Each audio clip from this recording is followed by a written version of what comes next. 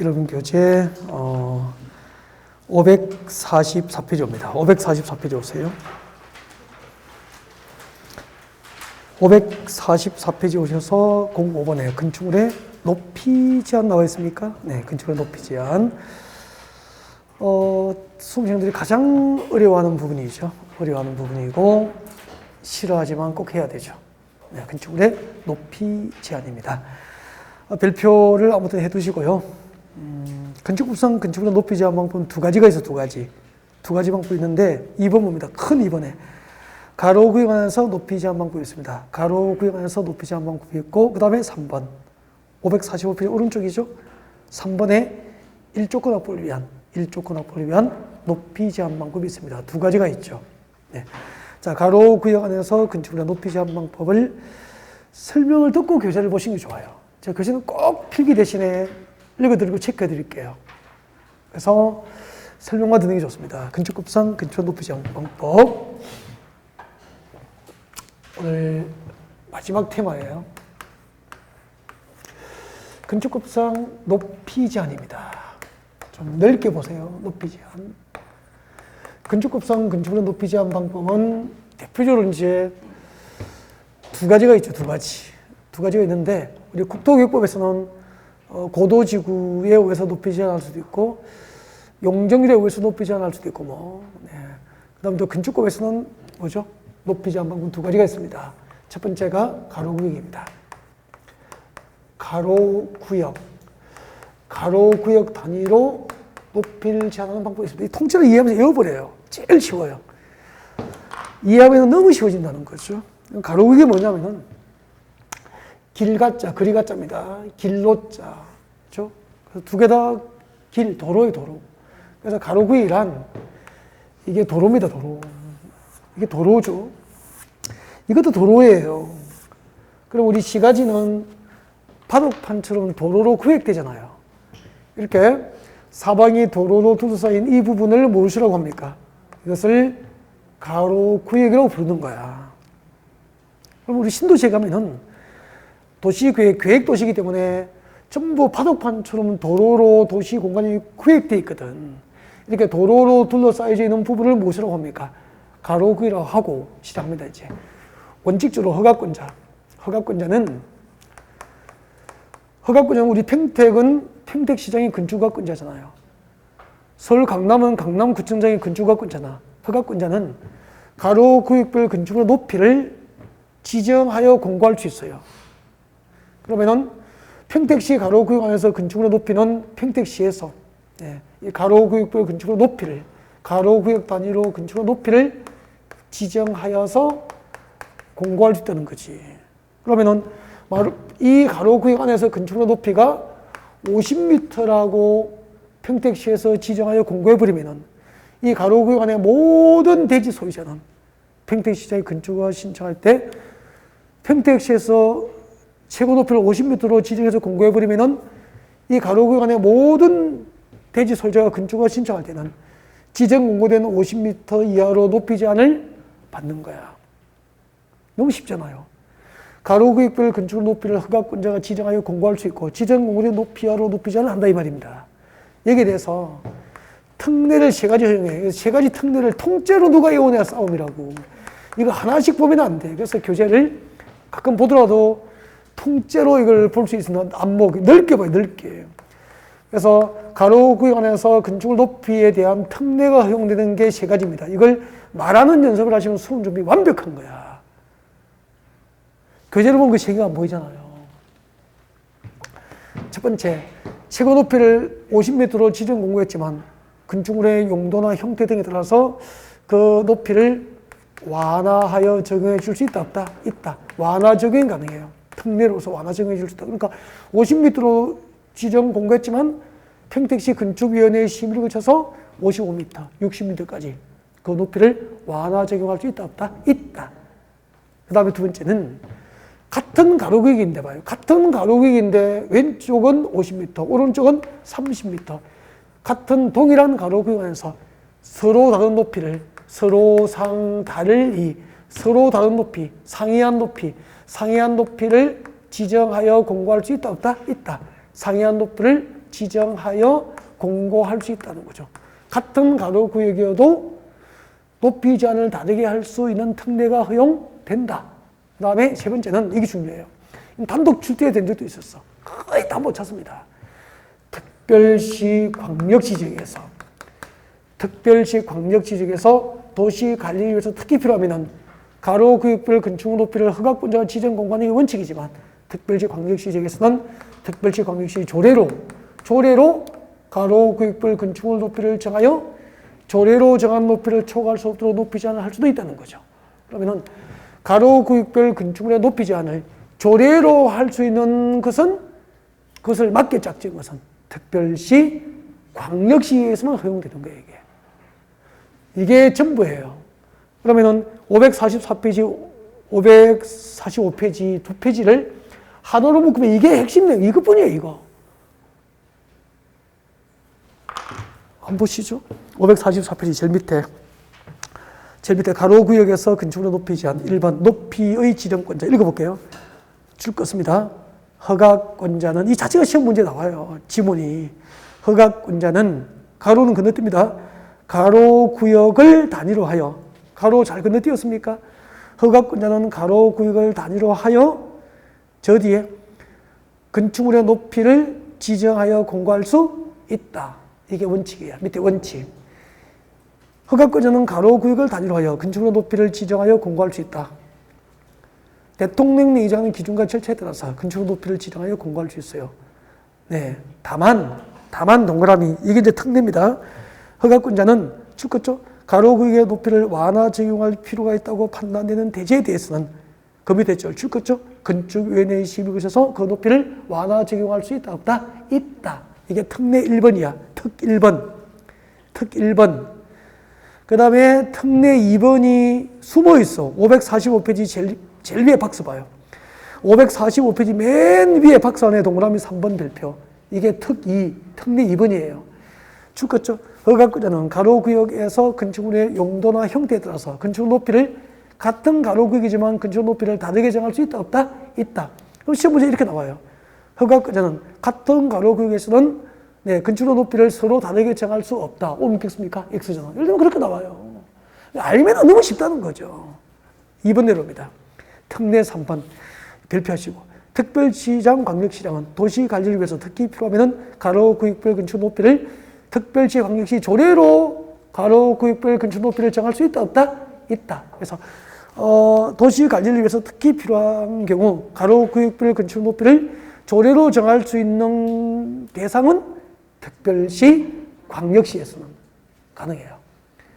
원칙은 허가권자가 가로구역 높이를 지정하여 공고함이 원칙이지만 특별시, 광역시 지역에서는 도시관리를 위해서 특히 필요하면 조례로 가로구역별 건축 높이를 정할 수 있다. 정리됐습니까? 네. 고개 한번 들어볼까요? 가로구역별 건축 높이였습니다. 어렵습니까? 할만합니까? 할만하잖아요. 누가 잘하느냐면 이걸 통째로 그냥 보세요. 통째로. 도로로 삥 둘러싸여 있는 땅을 가로구역으로 한다. 가로구역별 건축 높이는 허가권자가 지정 공고해 놓고 지정 공고된 높이를 초과할 수 없도록 높이지 않는 게 원칙이지만 세 가지의 특례가 허용돼. 최고 높이가 지정 공고되지만 완화 적용할 수 있고 같은 가로구역이지만 서로 다른 높이를 지정 공고해서 높이 제한을 다르게 할 수도 있고 특별시 광역시 지역은 도시관리를 위해서 특히 필요하다면 특별시 광역시 조례로 가로구역별 건축 높이를 지정하여 공고할 수도 있다. 엄청 어려워하는 부분이에요. 그 다음에 또 하나 일조권 확보를 위한 높이 제한입니다. 545페이지 중간에 보세요. 3번 일조권 확보를 위한 높이 제한. 이것도 이제 고개 드시고 설명 듣고 봐요. 일조권 확보를 위해서 건축물의 높이가 제한됩니다. 일조권 확보를 위한 제한이죠. 일조권 확보를 위한 제한. 일조권 확보를 위한 건축물 높이 제한 방법. 여기서는 두 가지입니다. 첫 번째, 1번. 우리 국토교육부에서 용도지역이 몇 개죠? 용도지역이 전부 세분되면 도시지역 안에 16개, 도시지역 밖에 5개 해서 21개. 그죠? 우리나라 국토위에 지정되는 용도지역의 종류가 21개인데, 21개의 용도지역 가운데서 일조권 확보를 위해서 건축을 제한받는 용도지역은 2개뿐이에요. 그럼 그 2개 자체가 중요한 거 아니에요? 21개의 용도지역 가운데서 내 고객이 땅 사서 건축을 하면은 일조권 확보를 위해서 건축이 제한되는 용도지역은 2개뿐이라니까. 그러면은 그 두 개는 그 자체가 중요한 거잖아요. 암기해야 되는 거죠. 첫 번째 한번 봐요. 일조건학법에서 건축이 제한되는 용도지역. 첫 번째 전용 주거지역이에요. 전용 주거지역과 일반 주거지역이에요. 전용 주거지역과 일반 주거지역은 일조건학법을 위해서 건축이 제한됩니다. 이 두 개를 외우시라니까 그 자체가.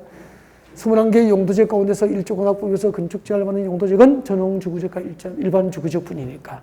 이걸 외울 때 전용 주거지역, 전주, 일반 주거지역, 일주, 전주 일주, 전주 일주. 그래서 앞으로 일주권만 나오면은 전주 일주 하십시오. 일주권 나오면은 전주 일주, 전주 일주, 전주 일주 나오시고. 전용 주거지역과 일반 주거지역에서는 건축이 허용된 모든 건축물이에요. 건축이 허용된 모든 건축물이 일조건학법을 위해서 건축을 제한받습니다. 예외가 있습니까? 없습니까? 없죠. 전용 주거지역과 일반 주거지역에서는 건축이 허용된 모든 건축물이 일조건학법을 위해서 건축을 제한받아. 어떻게 제한받느냐면은 이렇게 제한받습니다. 한번 보세요. 여러분 여기가 북쪽. 여기가 북쪽이에요. 북쪽. 여기가 남쪽이에요. 남쪽. 그러면 보통 이제 남쪽 하늘에 태양이 있을 거 아니에요. 태양이 있죠. 그럼 태양이 이렇게 비추잖아. 이렇게 비추잖아. 근데 전용 주거지역과 일반 주거지역에서 여기다가 건축을 해버리면은 한번 봐요. 건축을 해버리면 햇빛을 건축물이 가리기 때문에 이 북쪽 대지 일조권 확보돼야 안 돼, 이게. 안 되잖아. 그럼 여기 어떻게 해야 일조권 확보할까, 이 말이야. 그래서 전용 주거지역과 일반 주거지역에서 건축을 건축할 때는 그 건축하는 건축의 높이에 따라서, 이 건축하는 높이에 따라서 정남 방향의 대지 경계선, 이것은 정북 방향의 대지 경계선의 기준이 이겁니다. 정북 방향의 인접 대지 경계선으로부터, 이거죠? 이쪽이 남쪽, 이쪽은 북쪽이라고 그랬잖아. 이 정북 방향의 인접 대지 경계선으로부터 이 건축하는 건축의 높이에 따라서 이 사이를 띄워서 건축하는 거죠. 띄워서. 그럼 상상해봐요. 이 건물을 북쪽 대지로부터 이렇게 띄워서 여기 건축했어. 그럼 이 위로 일조권이 확보된다는 개념이에요. 그럼 이 건물이 높으면은 많이 띄우면 되잖아. 낮으면은 적게 띄우면 되잖아. 그런 개념이야. 그래서 전용 주거지역과 일반 주거지역에서 건축하는 이 건축의 높이가 9m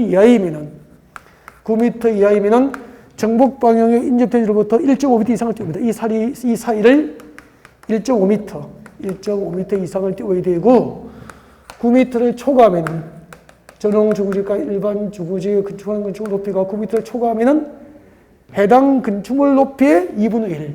그럼 이 건축물 높이가 10m면은 10m 2분의 1은 얼마죠?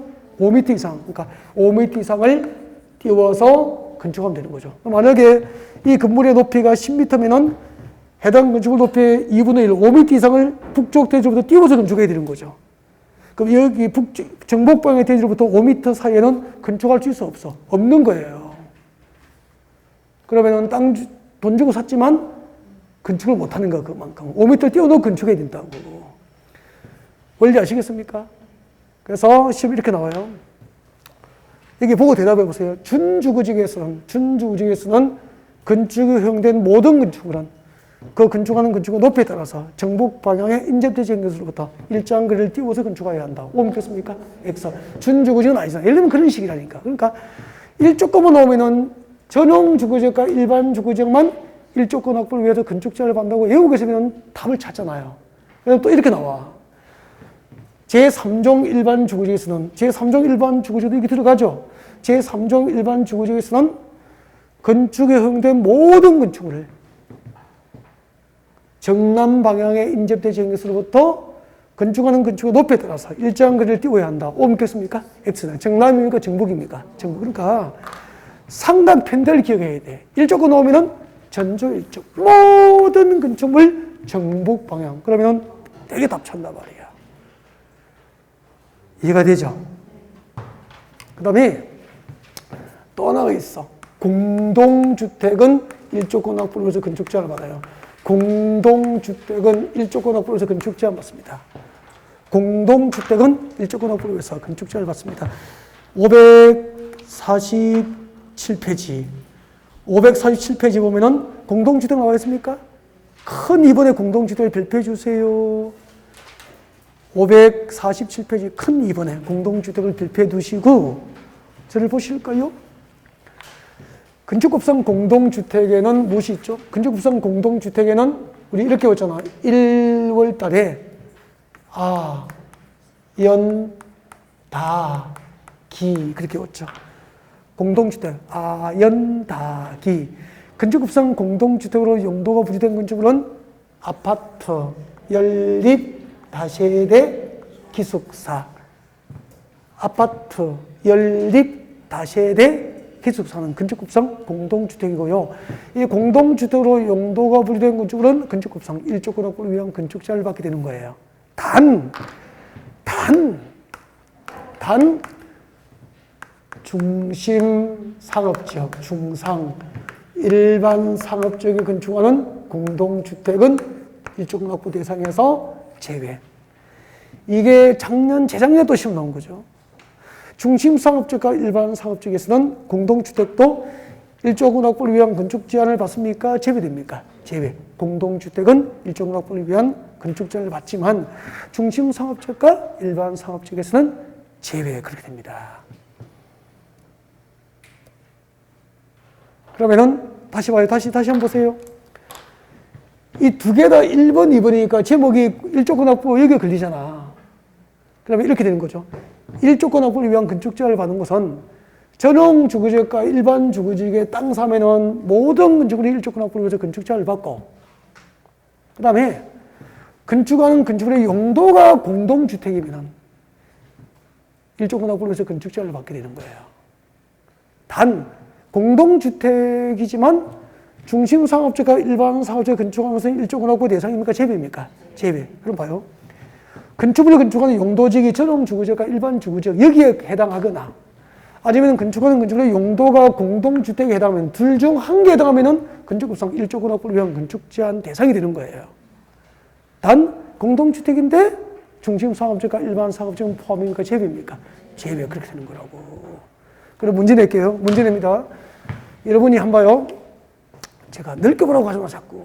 제도를 이거 전체가 제도니까 일조권 확보 나오면 이게 딱 떠올라야 돼요. 전용 주거지역과 일반 주거지역에 건축하는 모든 건축물은 일조권 확보를 위해서 건축 제한을 받는다. 전용 주거지역과 일반 주거지역이 아닌 용도지역에 건축하는 모든 공동주택은 일조권 확보를 위해서 건축 제한을 받는다. 이렇게 오시라고. 단 공동주택 중 두 군데는 제외돼요. 중심 상업지역과 일반 상업지역에 건축하는 것은 제외. 그럼 이제 문제 됩니다. 잘 듣고 대답하시고 이걸 보고 답을 못하면 제가 기절할 수도 있죠. 또 제 기절시키려고 일부러 틀리시면 안 돼요. 자, 시작해 보겠습니다.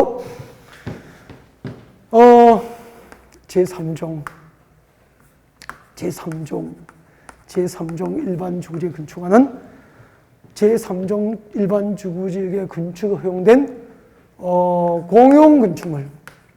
일반 건축물 아니고 공용 건축물은 일조권 확보를 위해서 건축 제한을 받는다. 5 믿겠습니까? 네? 5죠. 아니 여기 걸리든지 여기 걸리면은 일조권 확보를 위해서 건축 제한을 받는 게 원칙이잖아요. 3종 일반 주거지니까 모든 건축물이니까 공용 건축물로 들어갈 거 아니에요. 예외 없다는 거잖아요. 맞죠? 그래서 전용 주거지역과 일반 주거지역에서는 건축에 허용된 모든 건축물에 예외 없이 일조권 확보를 위해서 건축 제한을 받아. 단 공동주택도 일조권 확보를 위해서 건축 제한을 받는데 이건 예외가 있어. 중심 상업지역과 일반 상업지역에 건축하는 것은 제외. 됐죠? 그러면은 근린 상업지역에 건축하는 건축에 허용된 연립주택은 근린 상업지역에 건축에 허용된 연립주택은 일조권 확보를 위해서 건축 제한을 받는다. 5 믿겠습니까? 5죠. 연립주택은 공동주택이잖아. 근린 상업지역은 중심 상업지역과 일반 상업지역이 아니잖아요. 일조권 확보를 위한 건축 제한 대상이 되는 거잖아요. 알겠죠? 다음 점, 건축법상 일조권 확보를 위한 건축 제한을 받는 것을 고른 것은 문제 그렇게 나오죠. 다음 점, 건축법상 일조권 확보 대상이 아닌 것은 일조권 확보를 위한 건축 제한 대상이 아닌 것은 이렇게 찾아낼 수 있겠죠. 이 두 개를 한꺼번에 이렇게 볼 수 있어야 그런 것을 찾아갈 수 있다는 말이에요. 그런데 공동주택은 대개가 세부적으로 들어가서 기술적인 것은 여러분에게 물어보질 않아요. 작년, 재작년에도 일반 상업지역에 제외되는 것만 알면 답을 찾는 문제였다고. 높이 제한을 해봤죠. 저대에 가면은 계략 건축하고 건축협정 제도는 1, 2월 달에 가기가 다 됐죠. 네, 5월 달에 다시 이제 복습을 할지도 그렇게 하고요. 하나만 더 해요, 하나만. 여러분 교재 576페이지 봐요. 576. 576페이지 오세요. 576페이지. 576페이지 오면은 보치개 02번. 위반 건축물에 대한 조치 등 나와 있습니까? 위반 건축물에 대한 조치 등 발표하시고요.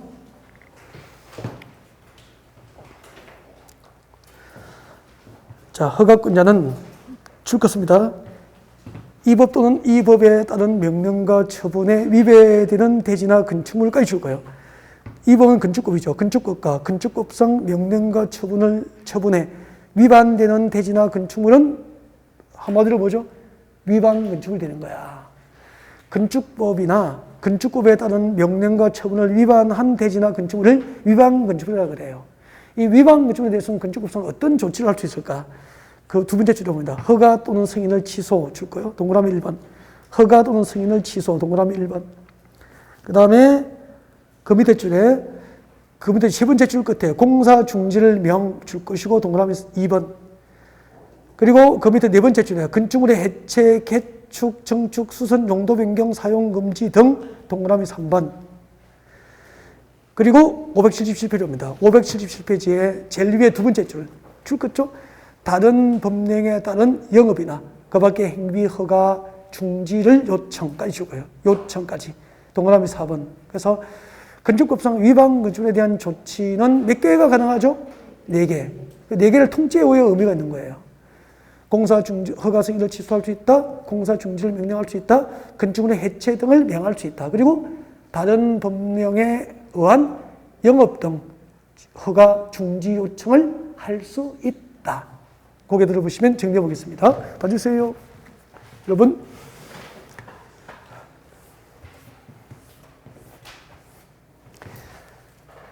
이거 강남 대로변의 빌딩입니다. 강남 대로변의 빌딩이에요.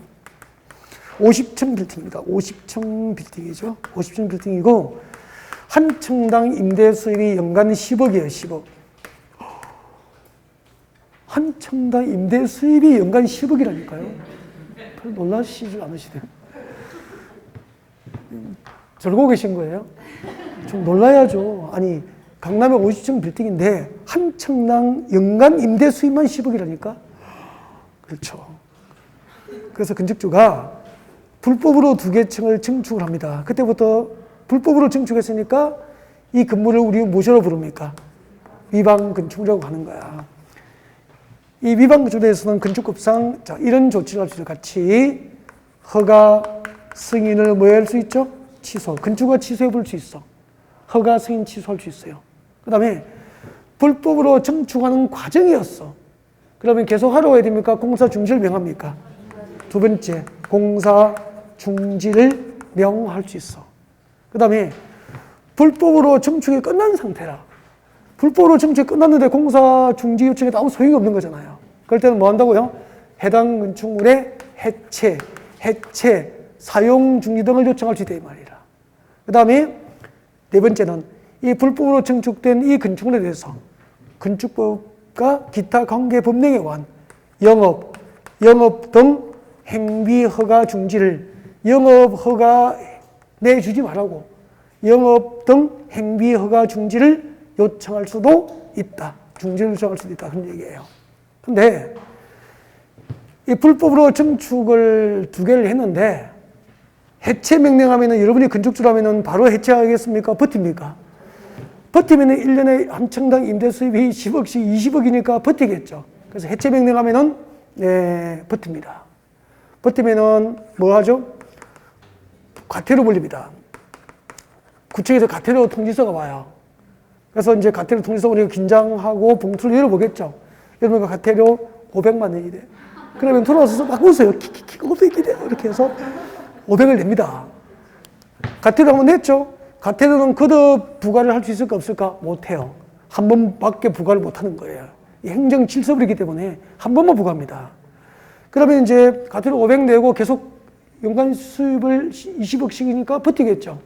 그러면은 고발합니다. 형사 고발합니다. 이제 검찰에 고발해요. 고발은 검사에서 수사하고 불법 증축이 입증되면은 재판 넘기겠죠. 그래서 경제사법이니까 징역 살립니까? 처음엔 벌금입니까? 되게 벌금이에요. 벌금인데 벌금 금액이 중요한 게 전과자가 돼요. 배를 기록이다. 이제 전과가 되죠. 형벌을 받았기 때문에. 그래서 벌금을 1,000만 원 받았어요. 그래서 1,000만 원 내고 전과자 배를 하나 달게 된 거죠, 이제. 그러면은 벌금도 이 형벌도 거듭 처벌합니까? 일사부재리 원칙에 의해서 거듭 처벌을 못 해요. 그러면 거기서 끝나요. 그러면 영원히 불법 건축은 존재할 수 있는 거잖아. 그래서 만든 게 뭐냐면은 이걸 철거하도록 구청에서 시정명령을 해요. 시정명령 이행 기간 동안에 이행하지 않으면은 그 시정명령 이행을 강제하기 위해서 경제적 제재를 매년 반복적으로 부과하는 게 이행강제금 부과제도가 되는 거죠.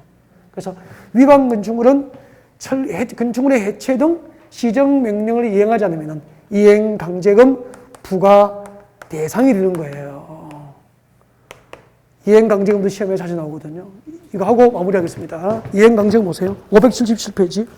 이행강제금 별표하시고, 그러면은 과태료하고 벌금은 반복적으로 처벌할 수 있습니까? 없습니까? 없는데, 이행강제금은 해체 명령을, 철거 명령을 이행할 때까지 매년 반복적으로 부과할 수 있기 때문에 제일 무서운 게 이행강제금이에요. 그럼 뭐요? 1년에 추가로 넣는 이익이 아까 20이라고 가정을 하면은 1년에 30억씩 최대 2번까지 매년 이행강제금을 부과시키면은 천하장소도 버팁니까? 해체해야 됩니까? 그게 이행강제금이 벌금보다 전과자보다 더 무서운 거예요. 넘기겠습니다. 578페이지 이행강제금 부과 요건 보겠습니다. 허가권자는 해체 등 건축물의 해체 등 시정명령을 받은 후 시정기간 내에 시행명령을 이행하지 않은 건축주 등에 대해서 그 시정명령 이행에 필요한 상당한 이행기간을 정하여 그 이행기한까지 시정명령을 이행하지 않으면 다음에 이행강제를 부과한다라고 해서 부과 기준이 나와 있습니까? 박스 안에 동그라미 1번, 2번을 묶어서 부과 요건. 자, 동그라미 1번 같이 봅니다. 금폐율 동그라미 하셔야 됩니다. 동그라미 1번에 금폐율, 용적률 동그라미, 저 뒤에 허가 동그라미, 그 밑에 신고 동그라미. 그 몇 개죠? 4개. 금폐율 용적률을 초과하여 건축하면 위반 건축물이잖아요. 금폐율과 용적률을 초과 건축했거나 허가받지 않고 신고하지 않고 건축하면은 4개를 위반했잖아. 이 4개를 중요사항 위반으로 기억하면 돼. 허가받지 않고 건축, 허가 신고 없이 건축하고 금폐율 용적률을 초과 건축하면 4가지 위반은 중요사항을 위반하면은 출거죠. 세 번째 주제 1제곱미터당 해당 건축물에 적용되는 1제곱미터당 시가표준액의 몇 퍼센트? 50% 동감이. 제곱미터당 시가표준액의 50%에 해당하는 금액에 위반 면적을 곱한 금액 이하 범위 안에서 그 위반 내용에 따라서 다음 대통령령으로 정하는 비율을 곱합니다. 그때 위반 내용에 따라서 대통령령으로 정하는 비율이 박사의 기영, 니은, 디귿, 리을이고 이걸 물어보는 문제가 작년, 재작년인가 나온 거예요. 통째로 이거 한 문제였습니다. 위반 내용이 그 4개죠. 기억의 금필이고, 니은이 용적률이고, 디귿이 허가고, 리을이 신고잖아요. 그 중에서 가장 무거운 위반이 뭘까요? 허가받지 않고 건축하는 겁니다. 허가받지 않고 건축하면은 산정된 금액에 대통령령으로 정한 비율은 몇 프로를 곱합니까? 100을 곱합니다. 그 다음에 두 번째 큰 위반이 용적률 초과죠. 용적률 초과는 90%를 곱합니다. 그 다음에 큰 위반이 금표율이죠. 100분의 6, 80. 가장 가벼운 위반이 신고. 신고는 산정된 금액에 얼마를 곱하죠? 70%를 이행강제로 부과하게 되는 거예요. 그 다음에 2번 봅니다. 2번. 동그라미 2번에 건축물이 줄 거죠. 동그라미 1번 외 위반 건축물 줄 거예요. 동그라미 1번 외 위반 건축물에 해당하는 경우 줄 거예요. 이꼴 기타 위반이죠. 기타 위반. 그럼 기타 위반은 무슨 말인지 알겠죠? 허가, 신고, 금표율, 용적률 이 4개를 제외한 나머지 건축물 위반했다 이 말이야. 허가, 신고, 금표율, 용적률을 제외한 나머지 건축법 위반을 했을 때는 줄 거죠? 네, 시가 표준액에 해당하는 금액의 100분의 100분의 10 범위에서 위반 내용에 따라서 대통령령으로 정하는 금액을 이행강제로 부과하게 돼요. 그 다음에 2번 내로입니다. 2번에 줄 거죠. 연면적 60제곱미터 이하인 주거용 건축을 줄 거예요. 연면적 60제곱미터 이하인 주거용 건축물은 조례로 산정된 금액의 2분의 1 범위에서 조례로 감액이 가능합니다. 그래서 조례로 산정된 금액의 2분의 1까지 감액을 할 수 있는 대상은 연면적 60제곱미터 이하인 주거용 건축물의 감액 대상이 되는 거죠. 감액 대상, 외워놔야 돼요. 그 다음에 오른쪽으로 합니다. 이행강제금 가중이 나와 있으면 제일 위에 보세요. 영리목적 동그라미, 상습 위반 동그라미. 영리목적과 상습 위반자는 산정된 금액의 100분의 100 범위에서 가중 부과가 가능합니다. 가중 부과는 산정된 금액의 얼마를 가중 처벌할 수 있죠? 100분의 100. 딱 한 배를 더하여 가중 처벌할 수 있어요. 한 배까지. 그러니까 1억짜리는 2억까지. 그 말이에요. 알겠죠? 네. 2억짜리는 4억까지 이렇게 최대 가중 처벌이 가능합니다. 그 다음에 5번 부가해서 꼭 외워야 됩니다. 건축법상 이행강제금은 최초로 시정명령이 있은 날 기준으로 1년에 2회 이내 정확하게 외워야 돼. 1년에 2회씩 하면 틀려. 2회 이내니까 최대 두 번 부과할 수도 있고 한 번 부과할 수도 있는 거잖아. 그죠? 매년 2회씩 그럼 틀린다니까. 1년 2회 이내 범위 안에서 부과를 할 수 있습니다. 그 다음에 부과정지 6번, 7번 읽으시면 돼요. 허가권자는 시정명령을 받은 자가 이를 이행하면 새로운 이행강제금 부과는 즉시 중지하지만 이미 부과된 이행강제금은 처리합니까? 징수합니까? 징수. 그리고 7번은 읽으시면 됩니다. 여기까지가 건축법이고요. 다음 주에는 주택법과 농지법으로 진도를 준비하겠습니다. 수고하셨습니다.